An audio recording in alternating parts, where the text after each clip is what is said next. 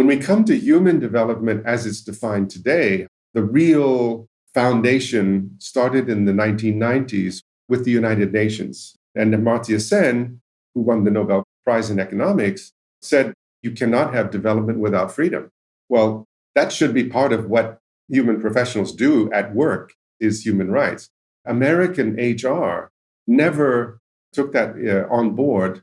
If you look at the textbooks in HR, you don't see this. You don't see this idea of purpose, etc. You don't see the idea of ethics. You don't see the idea of how do you create a human net positive. So some companies will be committed to that because the CEO or the founder is committed, but it's not part of the function. Welcome to the Work for Humans podcast. This is Dart Lindsley. After decades of coaching leaders in Asia, Bob Aubrey realized the practice of human resources in many countries is fully baked and nearly impossible to change. But in the 10 Southeast Asian countries that comprise ASEAN, he saw an opportunity to build HR up from new foundations. He founded the ASEAN Human Development Organization with the objective of reformulating HR with a whole new focus. Dr. Bob Aubrey is a global citizen with experience spanning 25 countries and 6 continents. He works to promote human development in the workplace and improve the employee experience across countries and across cultures. In this episode, we talk about the global human development movement and how it creates a better work environment, including where it fits in with HR, capitalism, and company profitability. We also talk about the curriculum and career paths for human development, ethical companies and investments, creating organizations that prioritize employee well-being, and the clash between Western and non-Western company cultures and HR practices. All right, if you enjoy this episode, please consider subscribing wherever you listen to podcasts. And now, my conversation with Bob Aubrey. Bob Aubrey, welcome to Work for Humans. Very nice to be here. Thank you, Dot. So you and I have talked about this in the past, that there's this debate going on among people professionals, the kind of professionals who are responsible for people at work. And I'm deliberately not saying HR. We'll get into that in a little bit, because that's one of the things that's under discussion. That's one of the questions right now is, should it be called HR or something else? Many leaders, I think, leading companies are not aware of this debate. And so what I want to do today is I want to talk about that debate. And you're one of the world's leading experts in what that debate is. And that's what I want to talk about. Great. Well, I'm in Singapore, so my perspective is going to be actually, pretty international. So that debate, but it's how that debate goes in the United States is extremely important to the rest of the world, because that's really the source of HR. It's a bit like the Hollywood for the movie industry. But then one day you discover that there is a Bollywood that's pretty big as well. So we'll talk about that as well. No, I mean, that's really right. I think one of the advantages that you have is that you have been in Asia for long enough that you've been there for the founding of many of the professional societies that care about people practices. And so as a result of that, you've been founding a people practice in Asia that is somewhat running counter. So can you give us a little bit of background, that sort of what is, for instance, human development, and where are we coming from in the past and where are we going to? And I'll just mention that, I've been in Asia for 20 years. I've been in Europe for 30 years. And I was only in the US for 24 years, in which I did my undergraduate studies, lived in California. So when you look at the perspective from which you're looking at things, it's very different from if you're looking at it from only one country. So this actually came up a few years ago when I had a discussion with a dean of a business school that wanted me to create in Singapore, one of the major universities, a master's degree in HR.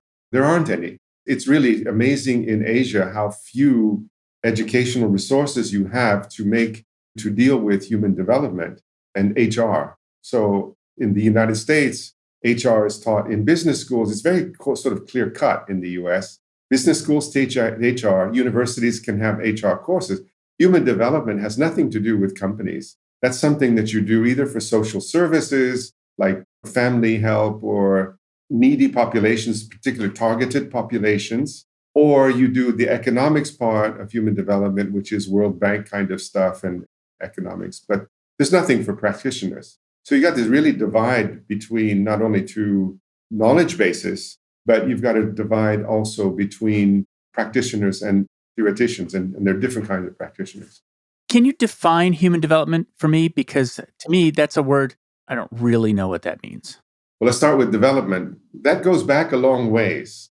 I would say probably that in the Western tradition, this is what I did my doctorate in philosophy on.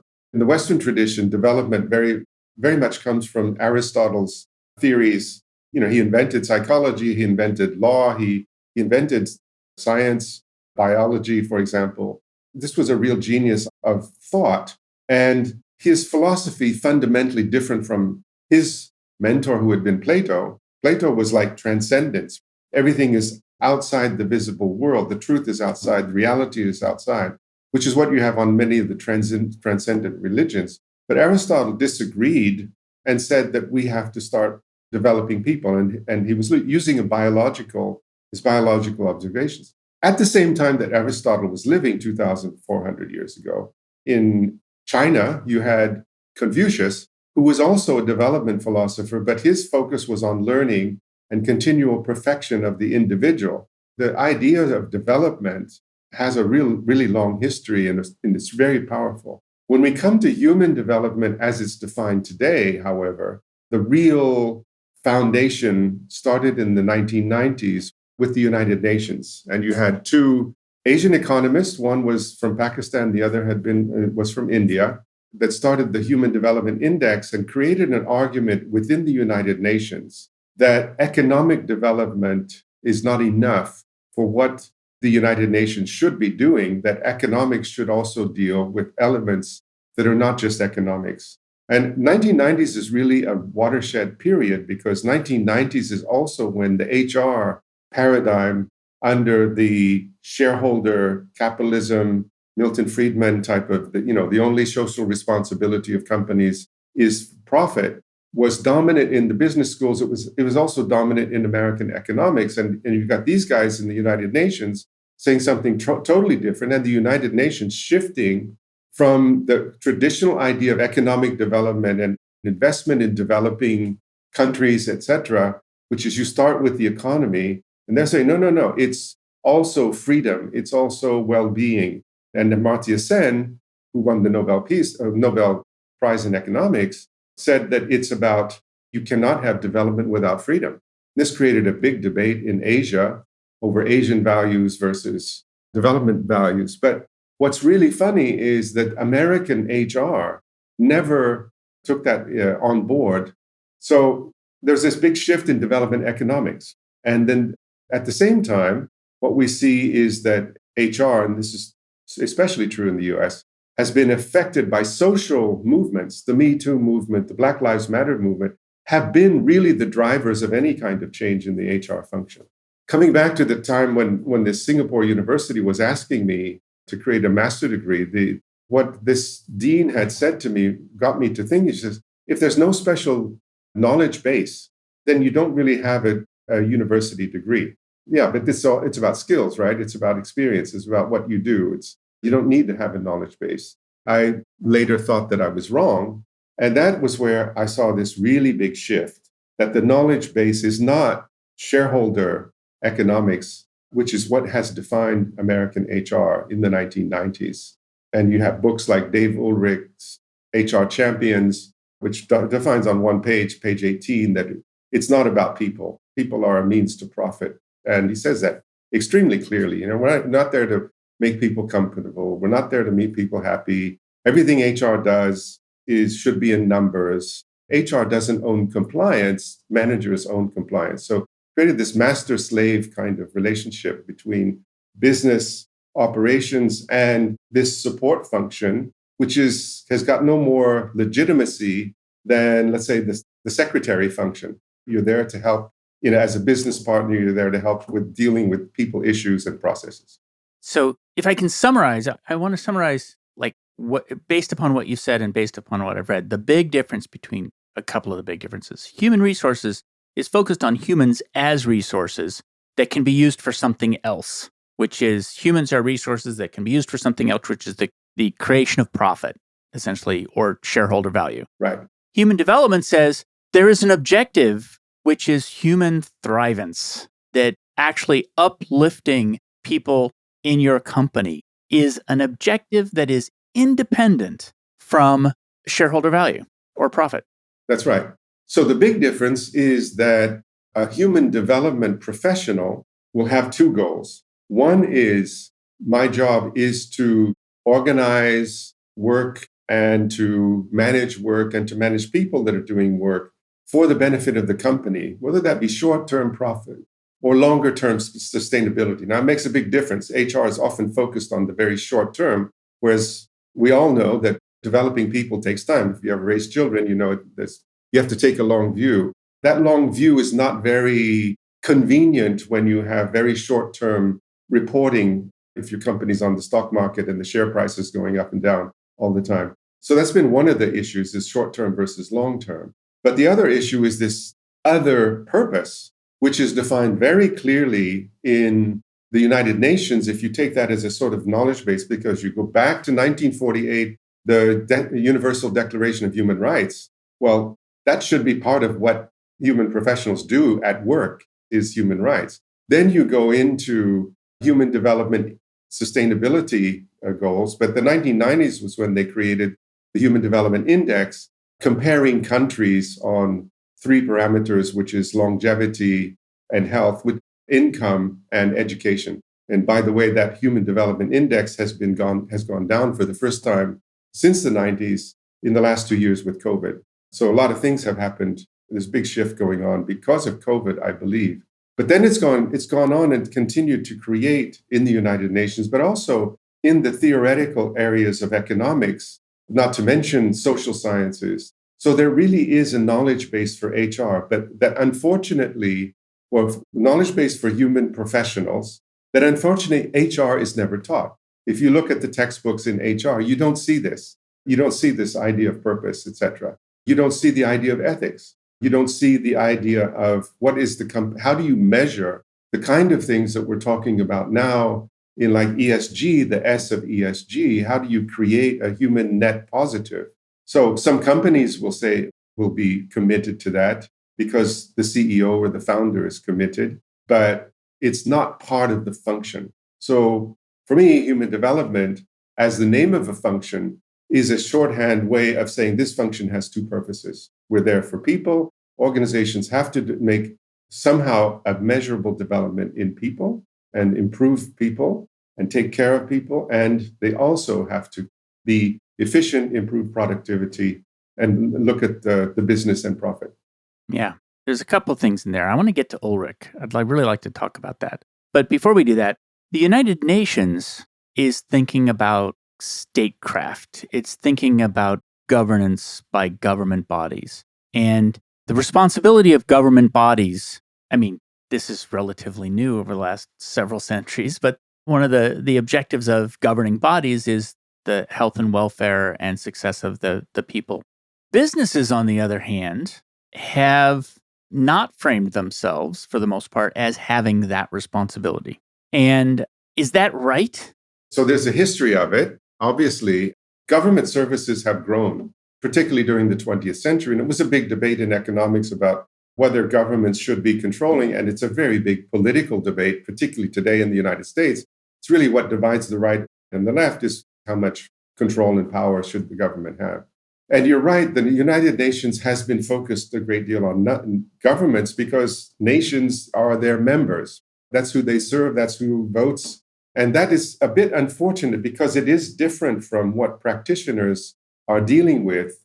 And in my part of the world, which is the ASEAN region, 660 million people, 10 countries, the governments have totally different labor policies and laws. It is still possible in Brunei, according to the law, being gay, you can be stoned to death. On the other hand, you have democratic governments, military juntas like in Myanmar. So there's no government consensus in this regional construction the way you have more in the European Union. But the idea is that you go beyond nations because businesses cross borders, especially the multinational companies cross borders. And so they have to decide beyond what the local labor laws are, and sometimes there aren't any. They have to have policies. They have to say, well, how do we deal with people? And when I went to China in 2002, I mean, there was no labor law. It wasn't there.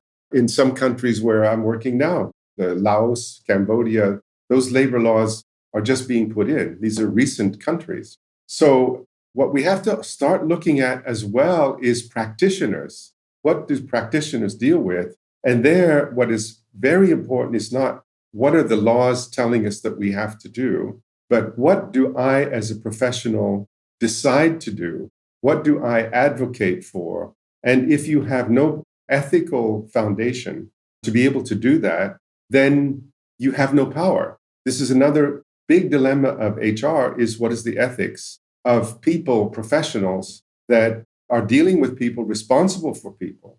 What was really interesting during the COVID is that this government corporate separation really was thrown out the window temporarily because of the COVID crisis. We had to deal with issues in which if people came to work, they would be contagious. HR played a heroic role because they had to deal with people working from home, but also keeping people safe.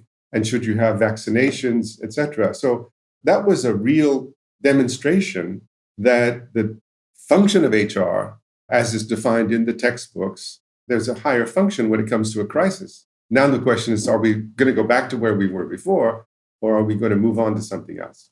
One of the risks I see with the framing of HR is that often when it is being attentive to employee needs, it's performative, which is my main objective is to create shareholder value. A part of that is you need to feel I care about you. Therefore, I'm going to perform as if I care about you. But the truth is that structure, unlike an ethical structure, can be performative. Whereas an ethical structure is I'm actually trying to do good for you. It's not just performative, and it's something that runs just a lot deeper. That's right. It's not just performative. And that's where you need to have some kind of, as I say, knowledge base that's with ethics that says, where are we going? Should we be managing people? Is it HRM? If it's HRD, then we're managing people, we're developing people as a resource for greater productivity. But then you look at what happened in the United States. What's the consequence of this shareholder capitalism point of view is there have been gains in productivity. And over the past 40 years, those gains in productivity have not been redistributed to workers in the United States. Only 14% of productivity gains were distributed to workers, and the greatest distribution increase was to the top tier, the top third of workers. So middle class and blue collar workers were basically flat in terms of their income in the United States for the last 40 years. That's a function of HR, and you can ask yourself if that's ethical or if that's something that HR should be doing. Compared to Europe, which I'm not saying is the model, but in Europe, the redistribution was 55%. Yeah. I want to get to this question of ethics, which is, let's say I work in your company. What specifically are you going to do for me or in regards to me if you are behaving ethically? So we just talked about one. One of them is you're going to pay me equitably. You're going to make sure that I get paid something that's a fair share of my labor. I think the key question in the profession today, if the idea is not just to give you decent work, so the United Nations has the International Labor Organization, and they do the largest study on the workplace of any institution in the world today. But their mission, taken from this new paradigm of development, became decent work. And we're saying it's beyond decent work. If you're really a human development professional, working with companies as an external provider, as well as in companies or even in education, you're doing more than just decent. You're providing a net positive. So you're providing a development. The goal or the ideal would be work is a development experience. Work should be a development experience for everybody. That doesn't mean that it's only about, am I having fun at work or am I developing? But you're doing what you can with what you've got because you've got competing priorities, right? Maybe you'll have to downsize your company. But it comes to certain things like investment in training or the distribution of resources for learning from the higher levels to all workers, for example. Those kind of commitments are what you would expect of a human development professional. Is not only do they know what should be done, but they would know how to do it. That's why you need professionals. And then you have all these ethical decisions which come daily in a business, which is, do I do this or do I do that? So, COVID as an example, well, let's throw everything out because we've got a crisis, right? And businesses face not only crisis, but businesses want to develop. And so the idea is, yeah, we're going to develop the business, we're going to develop the people working with us, and not just employees also, but also the ecosystem and particularly the supply chains and the partners, et cetera. One of the challenges with working in a company that is a public company and that is focused on shareholder value is that the power distribution is very uneven. The only place HR can get power is by getting very, very close to those who generate revenue. And so those who generate revenue are the ones who allocate power and money. And so for an HR department to survive in a company, they tend to move very close to that group, which tends to move them away from the workforce. The workforce has very distributed power. It's not very focused power, and it doesn't allocate money. And so as a result, there's this imbalance inside every company. And my feeling is that Ulrich really played into that. Yes. And so can you summarize Ulrich's position? And let's talk about what that was and when it came out. Well, I've had a running debate with Dave Ulrich, actually, when writing my book in 2015 called Measure of Man. When I saw this book, I was living in China. It was 1996. I picked it up in an airport and I looked at it, HR Champions. Turned to page 18 where he has this sort of thing that this is not what HR is, and threw it away. I don't often throw books away, especially when I was living in China here. It's hard to get the book you want. And I said, and I forgot about it for a while. And then I came back to it when I was writing this book and say, well, how is HR defined? And it got the textbooks, went through, is ethics in there? Very little. Is development there? Very little. Human rights? Very little. It talks about policy, et cetera. But it's all skills, right? It's all how to do talent management, how to hire people, et cetera.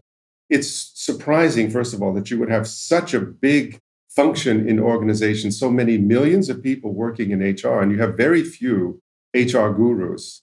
And Dave Ulrich is the best known. He's the most international. He's been there for a long time. And as an individual, he's a delightful person and very ethical. But the book he wrote actually gutted anything that was remaining from the previous Second World War function of HR, which is after the Second World War. Companies were very humanistic in the 1960s, 1970s, and the companies were humanistic. The business schools were very humanistic in organizational development, and suddenly they disappeared. That disappearance in the United States was consonant with a sort of stronger focus coming from the economics side that companies are there for profit. They're not there for other purposes. There's not a social responsibility for companies. So what he basically did was to define HR as being an enabler of business and being on the side of business for people when it would come to any kind of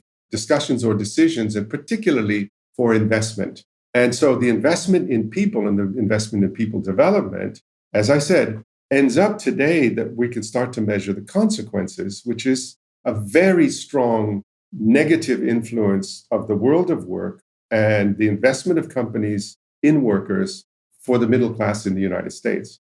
And I mentioned that in Europe, it's different because you had a stakeholder vision. You had much stronger labor laws. Some of the key areas, well, price of education, higher education is lower, medical care, some of those basics that you see one of the big differences between Europe and the United States. But it's funny that Europe did not, although they had the practices, they did not have the theoreticians to say, we should be in human development. So going back to Ulrich, who's still around, and he still comes to Singapore from time to time. So we had this debate in my book, when I said he'd created a master-slave relationship, he violently disagreed. I think what happened was he was enamored, he's at University of Michigan, or was then, University of Chicago was where the shareholder capitalism capital, called the Chicago Boys, and human capital was also defined at the University of Chicago by Gary Becker, Nobel Prize 1992 in economics. So there was a really strong foundation backing what Ulrich was saying. And there was a very strong wind of government and politics, even in the 1990s, saying that this is the right thing to do. You make companies very high performance, you make them profitable, and that will somehow trickle down and have a positive benefit on society, et cetera. And it was only much later that we found out that that isn't the actual reality, and that the consequences, again, can be very negative if that's the only goal you have. So this is the environment I grew up in as a professional. So I came into Silicon Valley in the 90s, right when Ulrich was really taking off. And I implemented a lot of the practices that were defined by Ulrich. And I will tell you, they are still hot. You can still absolutely make a living doing that. Here's what it looked like. And here's how I describe the philosophy. And so let's see if I have this right, which is we used to have a fairly undifferentiated population of HR professionals inside companies. And Ulrich came along and said, look, if you really want to be influential and you want to do the right thing for the business, you need to differentiate that population. Some of that population is going to be strategic advisors to leadership and is going to translate the needs of the business into the needs of the work, into what the workforce needs to look like. Right. And that translation should lead every decision about what we do with the workforce. And in order to actually free up those resources, we're going to take all the employee-facing things, which are high volume transactions, and we're going to do our very best to automate them, and we're going to populate that part of human resources with low-cost labor to support the workforce. And we're going to have the ones that are close to leadership be high-cost labor and consultants. And so, yeah, honestly, I've rolled that out, I don't know how many times. A bunch of different times. Right. And here's what kept happening to me in that environment is that I felt myself being pulled away from doing the right thing for people. And I would go through and I'd say, that seems wrong to me. But then I would go through the logic and I would say, well, we're about shareholder value. And I would trace it back and I would say, okay, if I'm going to do good things for the workforce, I need to make some traceable argument that goes all the way from shareholder value to customer payment to customer. And I had to do this very tortured set of paths, set of steps that lead all the way back to benefiting the employees. That argument never won the day. That's right. Because when push comes to shove, you don't invest in the hypothesis that has 10 steps of causation in it that leads to doing good for the workforce. You invest in the hypothesis that says, look, we can cut some cost if we outsource this.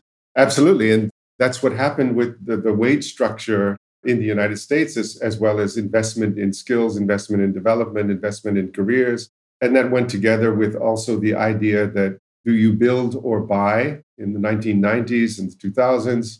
In the US, it was because we have a workforce that's an open market. Why would you invest in building? It's much faster to buy. You don't have enough time to build, which is very different. Now you're in Silicon Valley, very different from the foundations of the previous tech companies, starting with Hewlett-Packard, which was sort of the model of the 1970s, 1980s type of management, which was investing in people. And I was a consultant with Apple, and Apple was sort of at that divide. Steve Jobs won the number one first phase when he was running Apple, was really strongly people-oriented, even though he himself was not we wouldn't call him a humanist, but he wanted to invest in people, and Apple University was supposed to be really, really cool. And that was sort of what tech companies did. They had big training budgets, they had really smart people, and you could do a lot. And work was even supposed to be fun, and it was going to change the world. It's very different with the big tech companies now. And so we had to wait, I think, for a long time until we got this idea that, hey, something's wrong, something's not working, because look at the consequences for our workforce. There's another factor that comes into it in today's world, and that's sustainability. So if you take ESG investment, you back that up, where does that come from? It comes from ethical investment. And ethical investment was the idea that you invest in companies not only to get a return on your capital, but also to companies that are doing good in some way. So you don't want to invest in companies that are destroying the environment, or you don't want to invest in companies that are unhealthy for people, like cigarette companies or something like that, tobacco companies. So these ethical investment, early investment clubs suddenly have become, in today's world, because of the importance of the environment and global warming, a whole metric of what does a company have to show that it's doing in order to be able to get money from investors or to be able to get banks. And that's called ESG in today's parlance. What does that stand for? ESG? Environment, social. It's not really clearly defined whether it's called social justice or social development or social responsibility, but it's just called social. And the G is governance. So if we take people that are responsible for people, the S, that we were responsible for the S of ESG, but everyone knows that that's the hardest thing to measure. And so what do you have to do to be able to fulfill the requirements? How do you report in your annual report? How do you show to the banks and to investors that you're doing something in ESG? It's very, very new that companies are trying to do this. This is one thing we're doing is we're saying you have to have a strategy that shows a human net positive in the same way that for the E, you have to show a strategy that is, let's say, carbon net positive for the environment. And the G has to show that you're doing the right thing and you're not mistreating or breaking laws, and that decision making is responsible. So in fact, the human development function has a very strong role in ESG, but it's very, very new because you come back to the 90s during the Ulrich time. It was not only the HR gurus that were talking about this. This was the consulting firms. If you remember, McKinsey came out with the idea of talent wars, and buried in talent wars is the idea that only about 10% of the company are the ones that really make the difference. The other 90% are just workers. It's a theory that of elites, and the money and the rises in salary went to these elites. And then there are all kinds of stories about how CEOs that actually crashed their companies would walk away with a very big bonus and these kind of things. So there was a very strong increase or acceleration of inequality at the same time that went with this ideology. And the idea that, yeah, but what about people? Well, that's just unions. That's old.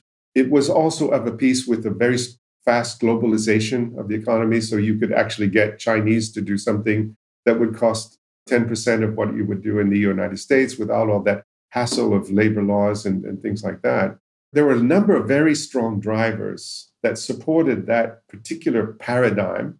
Just as today, there are a number of very strong drivers that are supporting a change and rejection of that paradigm. And I think human development and human development professionals are on the other side of that paradigm. The problem that I've been talking about with American people in business schools is, yeah, Bob, that's okay. But look, we have HR organizations. We have HR defined as functions in companies. We have HR gurus. We have you cannot take the R and substitute a D in the United States because you're up against all these institutions. Well, so, this is, I think back to, was it Kahneman? It wasn't Kahneman. So what is it? It's the history of scientific revolutions. Yeah, 1962. I'm blocking on the name. I know who you know. Yeah. It's not the history either. But his point was that the way science progresses is that you start off with a hypothesis and you start to believe it. It becomes a theory. And you work under that theory for a generation. And after a generation, some data starts to pile up that tells you that that's not actually the right theory. Well, what happens during that generation before the evidence starts to stack up is that you build whole university departments and whole careers based upon this idea that this original theory was correct. And those reinforce the pre-existing system. And I think that's what's happening with HR today, which is that we started off with the practice of HR. It's built out human resources departments in universities, which now replicate the principles of stakeholder-based HR. And it is a huge industry. And it's very hard to disrupt something like that, especially when you get paid for behaving that way. Yeah. That book, by the way, is Structure of scientific revolutions. It came back to me, Thomas Kuhn. Thomas Kuhn, thank you. Yeah. And another thing about that book, however, is, well, how did they have the scientific revolutions? In other words, how do you change the paradigm? He was the one that used the paradigm and that became a popular sense. And he was saying it comes from the periphery. It comes from outside the core. And guess what? I'm outside the core. I'm in ASEAN.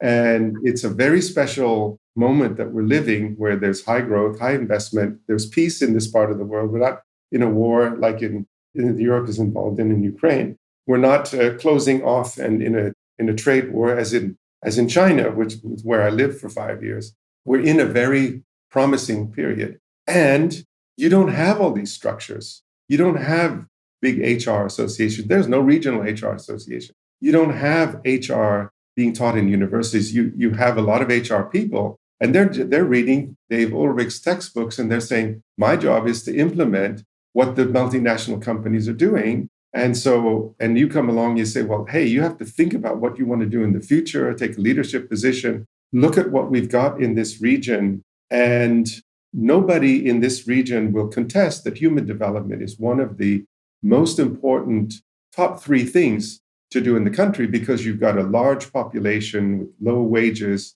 need for education, et cetera. So governments are involved in development, just as the Chinese government was really focusing on human development within an economic structure, creating more universities, et cetera, but in a very economics way. And you don't have the freedom, the human rights, et cetera, as being part of it, the way the United Nations has defined it. That's been a big debate.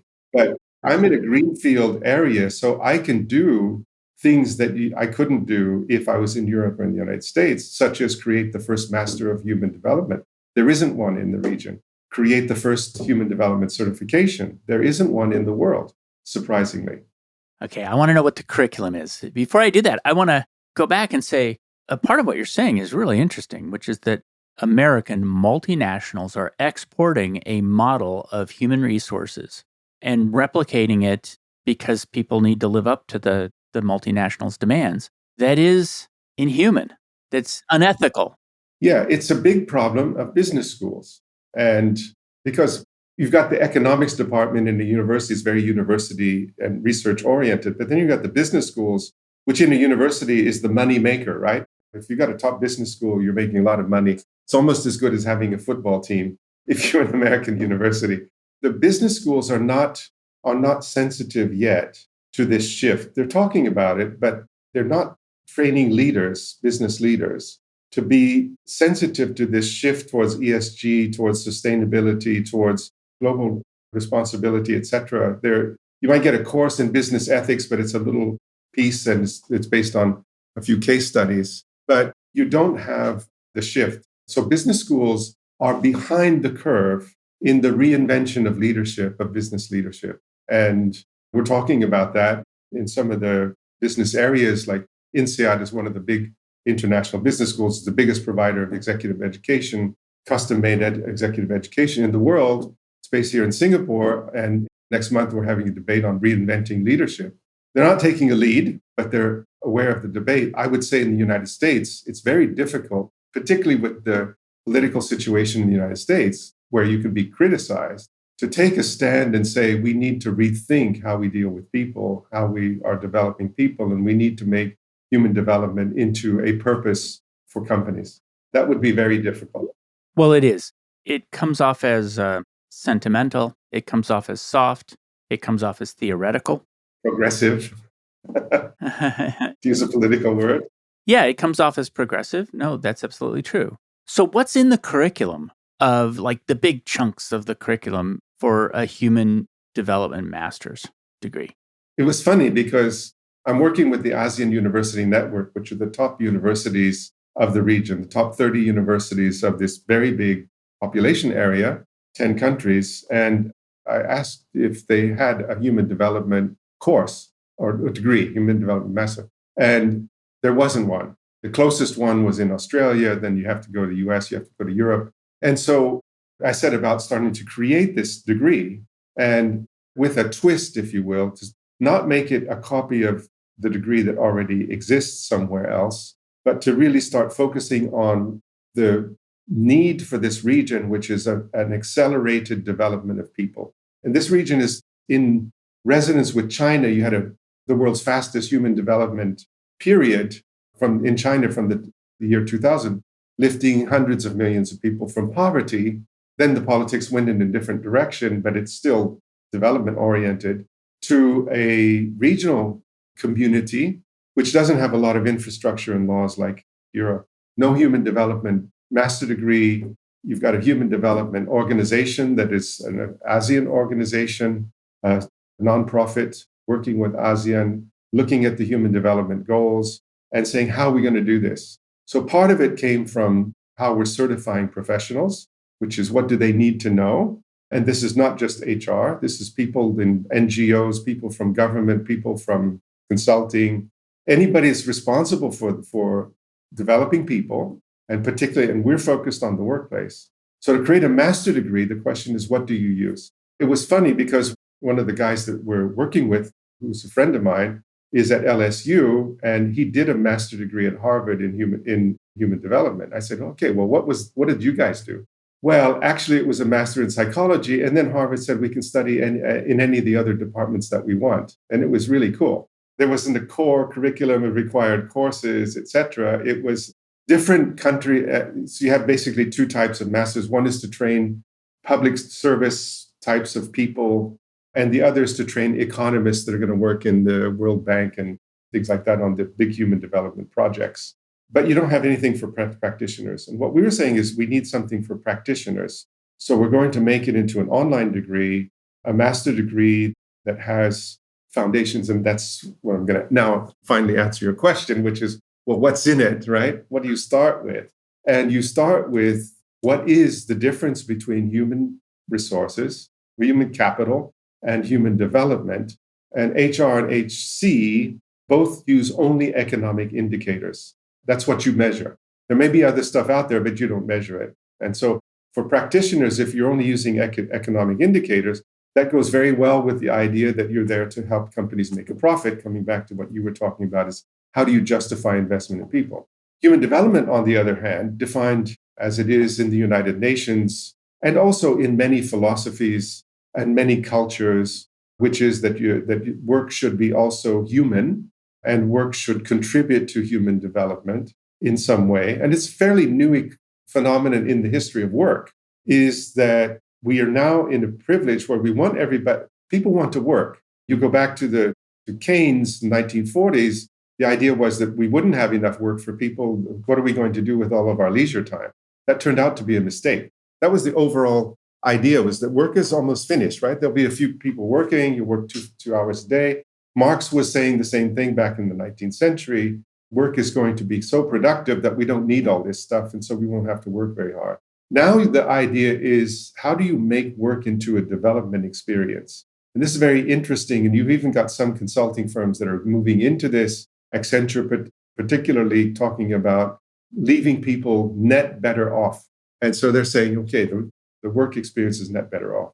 So first idea is, if work is about human development, then how do you actually, what is it? What are the criteria? And in this part of the world, you start with international institutions because it's a regional community. So you start with United Nations kind of issues, is what is that and where does that come from? Then you go into some areas like ethics is a module, measurement. How do you measure? Because if you're measuring development, you must absolutely use qualitative measurement. I mean, how do you measure human rights? If there's human rights violations, you don't come along with an Excel sheet. You come along and you do interviews of people who have been deprived of their human rights. Everything cannot be put into an economic measurement reporting, which is what ESG is starting to tend towards, is this sort of put in a lot of numbers, and then you do the greenwashing. But there are other things like, what kind of projects do you do? What about the ecosystem of companies? That is to say, what about the relationships with governments? What about their supply chains? What about their partners? What about their customers? What are you doing there? And the platform companies are very much in focus because you've got some of the unicorn companies that are using the Uber type of business model, which is that drivers are contractors and therefore you don't have to pay for any of the social costs. These kind of issues are fascinating for people because they're looking at what's going on. They believe they're in a period of growth in which, in living memory almost, these were colonies. 100 years ago, these countries were all colonies of European powers, of different European powers. And then sovereignty and freedom became extremely important.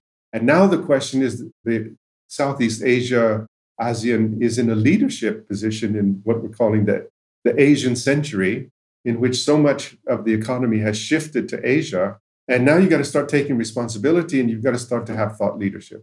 So part of it is thought leadership as well.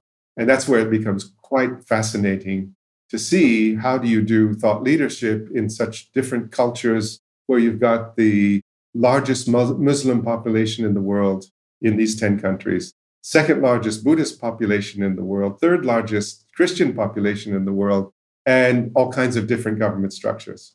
So it's interesting to me that this is a platform for human development. And part of the reason is I don't necessarily think of Asia when I'm looking for human rights. That's right. But I don't look inside companies in the United States when I'm looking for employees being treated like full humans. Yeah. When you've got different governments, and look at what's happening in Europe with the Ukraine war and the allies of Russia in the Ukraine war, the idea, again, is that this is sort of a Western, human rights are sort of Western values, based on Western values, and we have different values. That was a big debate in the 1990s, in which you had these fast-growing companies. So countries and the founders of the companies were alive. So you had Lee Kuan Yew in Singapore, you had Mahathir, who's still alive, in Malaysia, saying, no, we don't, freedom of the press, that's a Western concept. Freedom of speech, that's a Western concept. We believe in development, but we have strong families, we believe in respect for your bosses, etc. That debate, and Amartya Sen of the United Nations was on the other side of that debate, and particularly showed that debate doesn't hold, that there are universal. So we have to go into what are universals are there, and it's this sort of world order. So, cut a long story short, you're absolutely right. It's not a question of applying human rights. Again, ethics becomes very important. And so I asked my AUN friend, who's the executive director, is there any ethics? First of all, is ethics being taught in universities? Oh, yeah, we have a lot of ethics courses. What kind of textbooks do you use? Well, it depends on the country. So, for example, in the Philippines, textbooks are coming from, they have to be validated by the Vatican. Really? Okay. Oh, that's for the Catholic university. In Malaysia, they have to be validated by the musholas to see whether that's consonant with Islamic law, etc. But there's nothing. Are there any books written about ethics in ASEAN? No. So again, we created this ethics council where we're debating the ethics of freedom, the ethics of human development, the ethics of the workplace. So this is HDO, AUN, and a human rights organization. And then we say, okay, well, we're going to make a textbook on ethics. So I'm writing the book on ethics, of the ethics of ASEAN, which is pretty daunting. It's very interesting. Is it going to have a section on work? What happens is you've got different types of ethics. Yeah, you've got the national ethics, and we see this in Europe. I mean, look at the UK and Brexit and what the political debate is about. Look at the war in Ukraine. You've got national ethics, then you've got this sort of world order ethics. And what's really interesting is you've got results-based ethics, which is what actually works the best. And human development has to deal with those kind of ethics, but you've got conflicts in ethics. So when Myanmar junta takes over a democratically elected government after the elections, ASEAN has this conflict of ethics in which they cannot even make a declaration condemning what they've done. So it's a hot area and very interesting to be in, but it's one that makes some people feel uncomfortable. Okay, what is ASEAN? What's contained within ASEAN? So ASEAN means the Association of Southeast Asian Nations. There is a region that's called Southeast Asia that has 11 countries, and there's ASEAN, which has 10 countries. The 11th country is Timor-Leste, which is the newest country of Asia, created in 2012 on the island of Timor, and they are due to join ASEAN probably next year. They're in observation status. So Southeast Asia and ASEAN are very similar, but it does not include Hong Kong, does not include Australia, etc. This region is this region of 10 countries. Half of the population is made up of one country, which is Indonesia. You've got large population countries which are very different, like Philippines, Thailand, very different languages, 300 languages, different political systems, tons of cultures, very long history.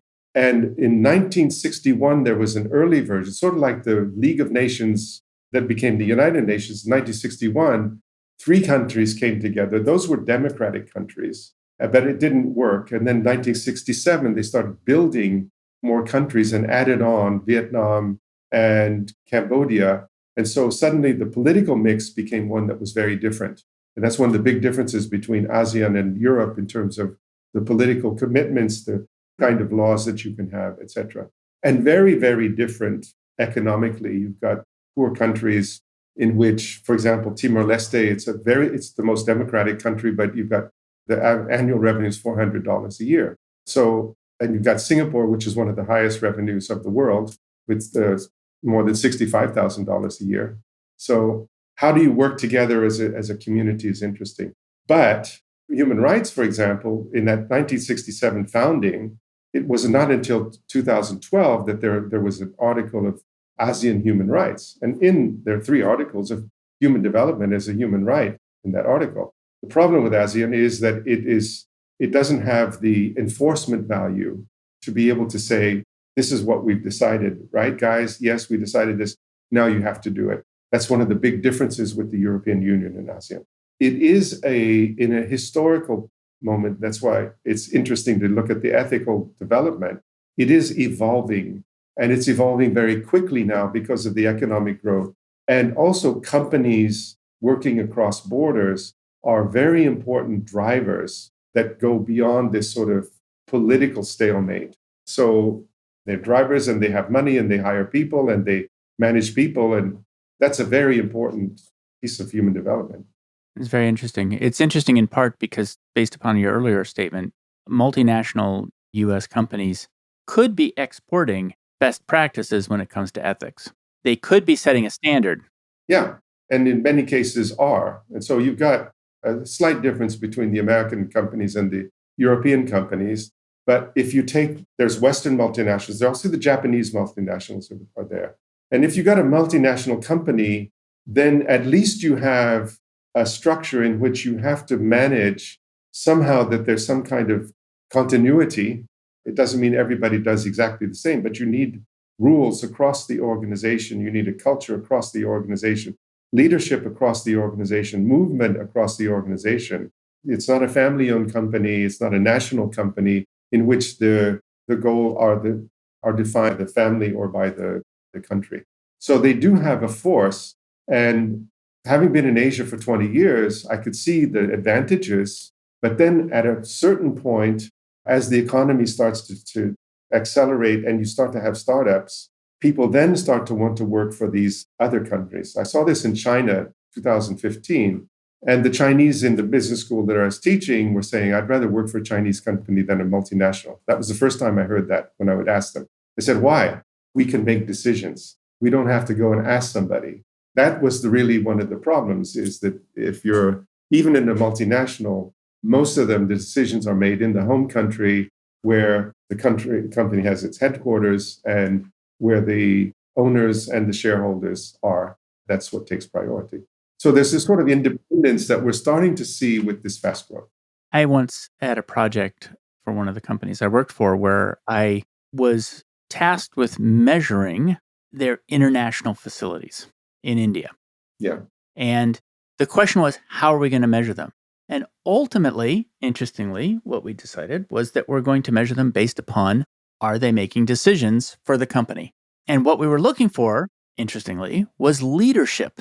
And we wanted to set up those countries to lead. And a part of the reason for that argument was, this is where the market's going to be in 10 years. Maybe we better have leaders in market who are actually able to lead our company toward that. And so ultimately, that's when we really looked at the purpose of that site. That's what it was for. I think that's unusual. I mean, usually it's like, well, we're going to have this site and it's going to be a call center. And yes, you're right. I'll give you an example of another company. Unilever.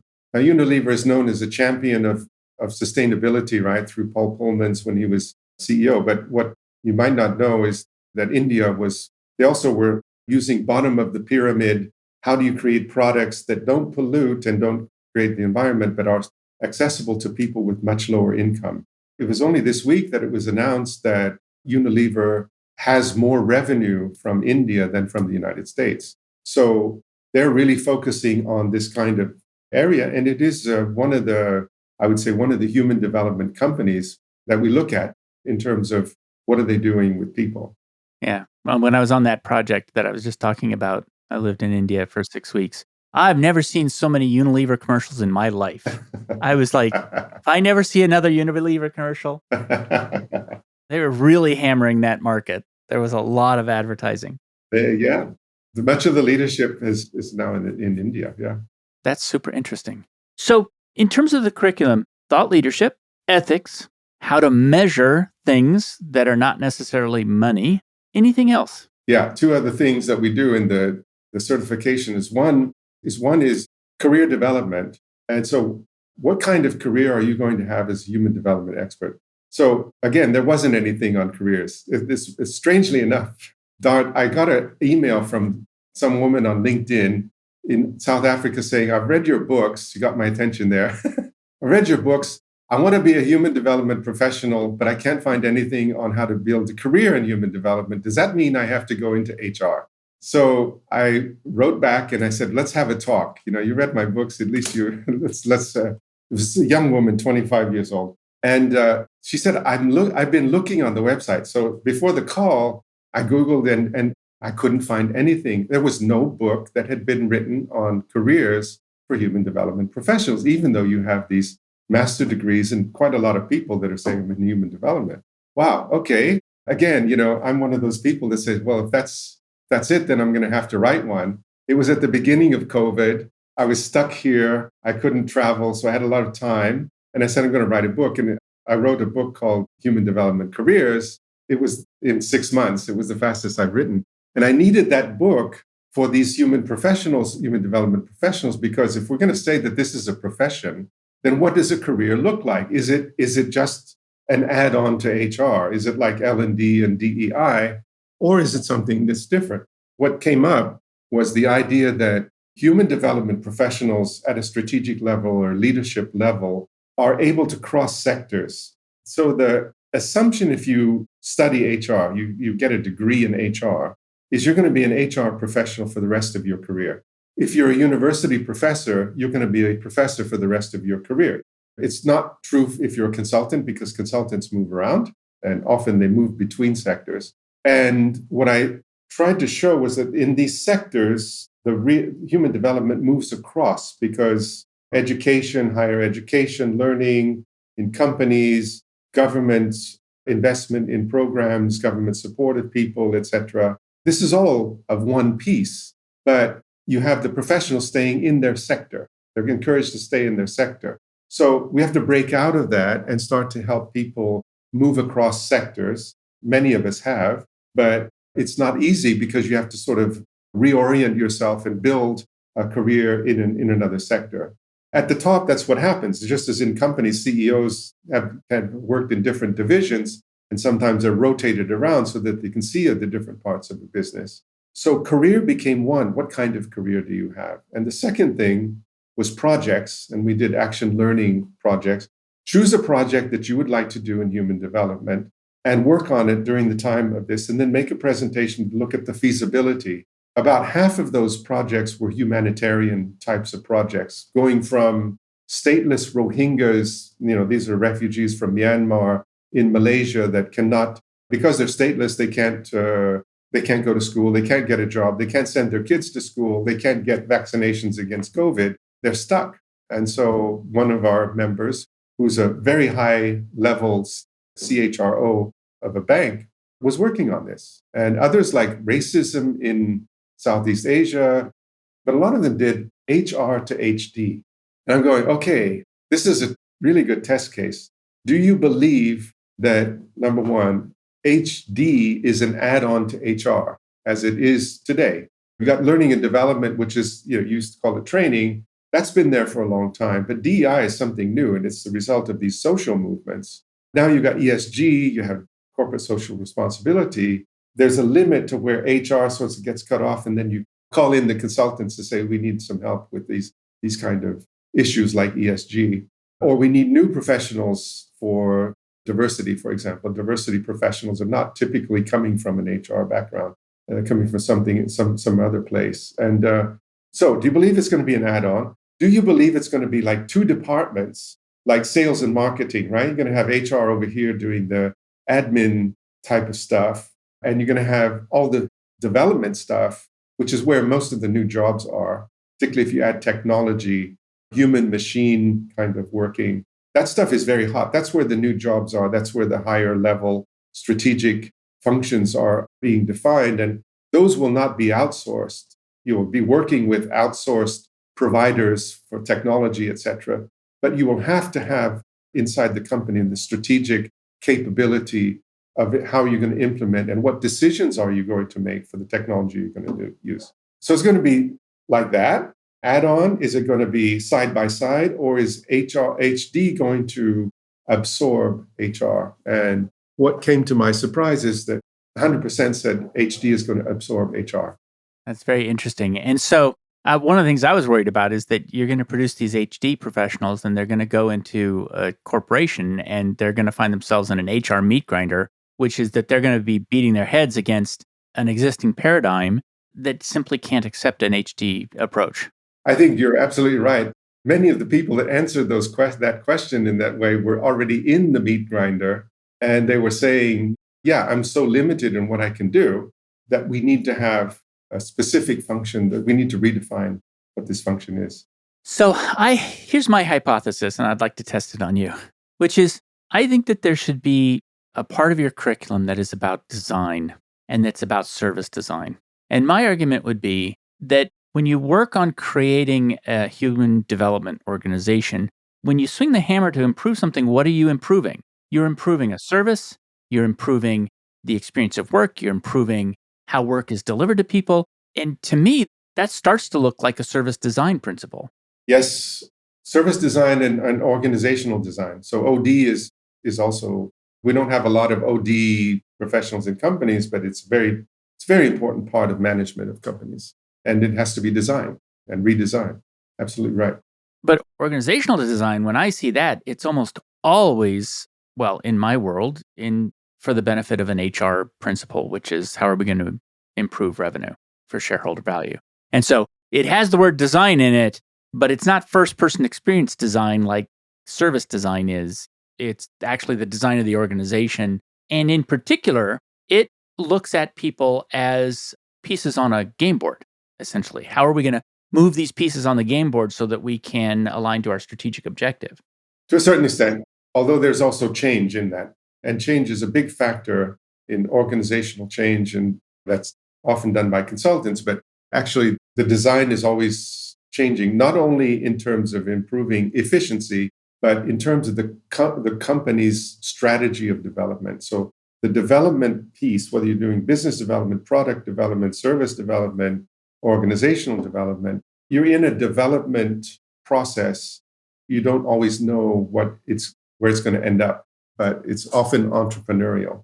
I do agree that the service design is very much a part of it, particularly when you consider that if you're really doing human development and companies are in this ecological system of their supply chains, partners, other stakeholders, like the governments and communities that they're working in, that they have to somehow, somebody in that company has to be able to consider what are we bringing to them. And we have a few of our most talented and I'd say luckiest individuals going through this certification that are calling themselves human development professionals, that are calling the department human development. It's just starting. So I can't give you examples yet. This is one, but the idea is that it's related to the business. So it doesn't necessarily have to relate to the business immediately. That's the easy one. Sometimes it's like, in 2035, all cars in California have to be electric. So you've got an obligation. And if you're a car company, You say, oh, well, we've got to somehow get all our cars into electric cars in this deadline. That's innovation, right? So if you say, okay, well, we have to show that we're doing something positive for our community, how are we going to make profit? How are we going to be successful? Oh, this opens up all kinds of new markets and new services that we can provide. This company was a waste company. And so the guy is saying, I should be in the negotiations that you're having with the city governments or national governments, because managing waste starts with people at home who are going to sort their garbage, and they're going to be responsible, as well as getting jobs for people who are picking up plastic, etc. That whole ecosystem is really important for a city or for a state government. So I should be there to say, what is our human net positive? How are we going to make this positive for the humans that are involved? He's got a good argument. It doesn't happen in every industry, but there are many industries that when you start thinking that way, it becomes something that, yeah, logical. We're in competition, particularly if it's B2B or B2G. But one of the most advanced sectors is fast-moving consumer goods, like we talked about Unilever. Almost all of them are into a very strong environmental paradigm. Sustainability is really important because of the packaging, and that's where it came from, but it becomes part of the culture as well. So it's also customers.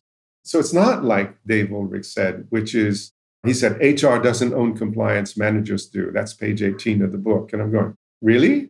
Wait a minute. What about the investors? What about the customers? What about the other stakeholders in your business? Well, HR they're in an office shut away from all those kind of conversations. Human development would not be in this design. And so it means that they have to know how to do projects, and they have to know how to get this net positive with measurements that are not so obvious. It's not KPIs, it's KDIs. What's the D? Development. Yeah, key development. So leaders need to know how to manage KPIs, KDIs. Business schools aren't teaching that yet. But certainly human development professionals have to deal with KPIs and KDIs. Can this coexist? Because I can imagine that people want to know this question. Can this coexist with capitalism? I assume it can. In other words, it's not anti-capitalist. That's right. It's more balanced capitalism. Yeah, that's why I said it came from this ESG movement has come from ethical investment, which started out as sort of being a boutique kind of thing. We're going to invest in organic farming kind of stuff 20 years ago. Now it's become mainstream. It's a huge debate, BlackRock and CalPERS. So these big investment companies are saying, you have to show us what you're doing on ESG. And then some company, it's a debate in the US, state of Texas is saying, no, ESG, BlackRock, we don't like them because they're doing ESG. It's the kind of debate that is very interesting that we should be having. So the question is, what kind of capitalism? And I think we are moving, not because of a human crisis, although we did during the COVID. It's because of the sustainability crisis and global warming, but also biodiversity, that we're saying, look, if we're destroying our environment and we're not sustainable, then that cannot be the only purpose of capitalism. So capitalism is becoming more stakeholder as we see this. And what's interesting is that when you get investors who are requiring that, then it goes pretty fast, right? If you're saying we want to have corporate leaders who have sort of an ethical approach, sometimes you get lucky and sometimes you get unlucky. And you can think of, just take the high-tech famous companies in the US. Sometimes you're lucky with those entrepreneurs and sometimes you're not, right? But if that's what's required from investors, then okay, you got to do it. Figure out how to make profit with that, guys. What job do you hire your job to do for you? Okay, when I was writing this book on careers, there was this concept of slash careers. So what is my job now at age 73 is I've divided it into two different parts. It's sort of a black and white portfolio. One is consulting. So I'm lucky enough to still be consulting with large companies on leadership and starting to consult on how to build ESG strategies where the S part is measurable. And this is very important for banks and state-owned companies and those because the measures are very difficult. And there's an article in the United Nations saying that the S is the most difficult to measure. So The question is going to be what kind of measurement or proof or evidence are we going to be looking at? And I'm thinking it's going to be strategic, which means consulting is there. The other side is, and that's where I'm lucky, is I'm in a part of the world that's growing. I'm in a part of the world where when I wanted to start this ASEAN Human Development Organization, I was looking around for somebody that I could support to say, I'm not from the region, so I'm not going to do it. But I could see the need because there's no connection. There was no regional organization, even in HR. And they said, but Bob, you should do it because you're not from a specific country. You're international. So I said, okay, well, I'll start it, but I'm not going to own it. I will not be, I'll be chair of the advisory board, but I will not be the chair of the organization. Every country will have its chairs, and then we'll rotate the chairs as you do in these international organizations. But that's taking up a lot of my time. As you can see, I'm writing books about this stuff. I'm creating a master's degree about this stuff, doing a lot of ethics. So that as a job, I guess it's a fulfillment, Dart, because I'm lucky enough to be doing what I'm doing what I want to do, and I'm starting to see some impact, although it's not a guaranteed result by any means. It's still very entrepreneurial. And I don't know if it's going to be sustainable, but I'm making a contribution. And somehow these two pieces of the portfolio, what do you get paid to do, and then what do you do pro bono, are starting to converge and come together. It really, that's, I would guess, about the first time that it's been possible for me to do that on such a scale, which I'm glad now in hindsight, I'm glad it didn't happen earlier. Because if you become really famous at 40 or 50, you write the book that, like Tom Peters, right? You write the book that's the bestseller. What do you do for the rest of your career? It's like being a pop star, and then you've got to sing, Mick Jagger's got to sing Satisfaction in his 80s. Right. And it's very interesting because it seems to me like you, I don't know how to put it exactly, but you like to invent or discover ideas and explore the big ideas and then use those ideas to change the world. I mean, and in particular, humanist ideas that are going to improve the world for people. Well, that's why I did philosophy at the end of the day. But then when I got my degree, I can remember when I was just walking out of the defense of the thing, right? So, okay, I'm a PhD in philosophy. Now, I knew that I would never get a job. Nobody's going to hire a philosopher to do that. But I've been thinking, what can I do how can I use that? And I was into action, doing martial arts and things as well. I said, business. It's not war, it's business. I'm going to be a consultant. And I didn't really know what a consultant was. In those days, it was still an immature industry. There were consulting firms, but I'm a consultant. And my first client was Apple. And they said, this is great. And after a couple of years, they said, can you create Apple University in France, which was the biggest subsidiary?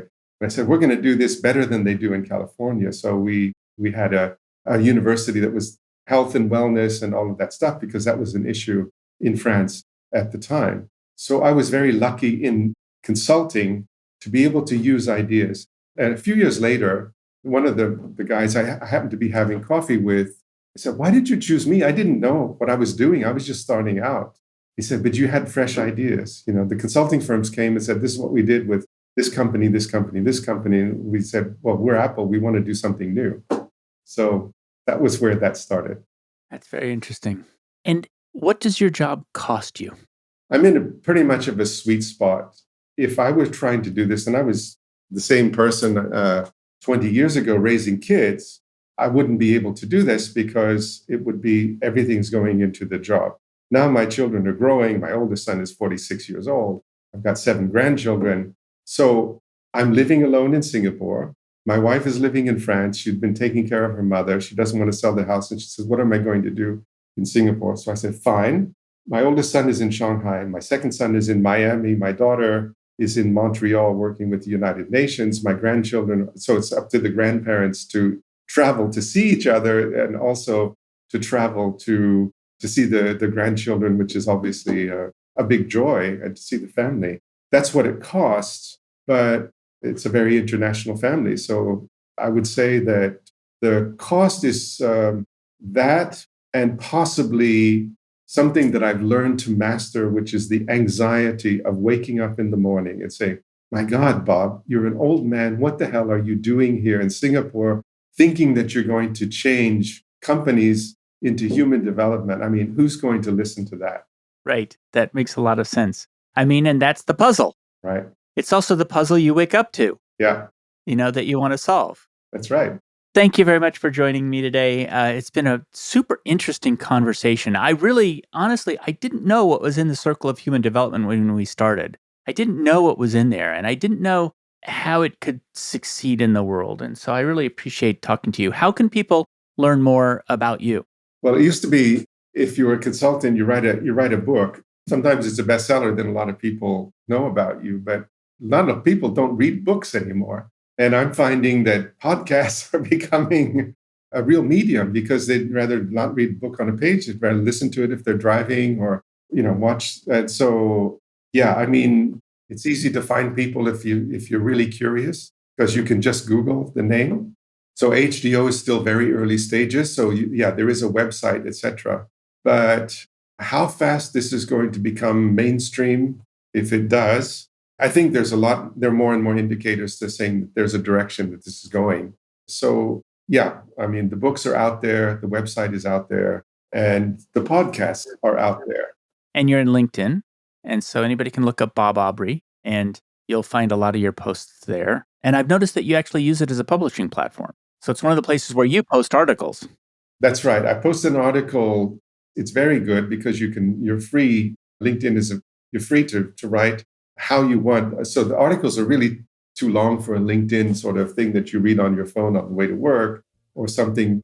But it's a test. And so I see what's working and how people react. And then that can become a book but I'm finding that I have to be out there and I'm invited. So it's also flattering to say that, people are interested in this area. So yeah, public speaking, podcasts, these kind of things. Well, thank you. Great talking to you. Same here. Thanks for joining me for another episode of Work for Humans. If you enjoyed this episode, please give us a 5-star rating wherever you listen to podcasts. And share the show with one person you think would get value from it. Believe it or not, this really helps us grow the show and reach more people who want to build the kind of work that people really want. As always, thank you to my producer, Jason Ames at Ninth Path Audio for his insights into content and his high standard for quality. Final note, the opinions shared here are my own and not the views of Google or Cisco Systems. Thanks again for listening. See you next time.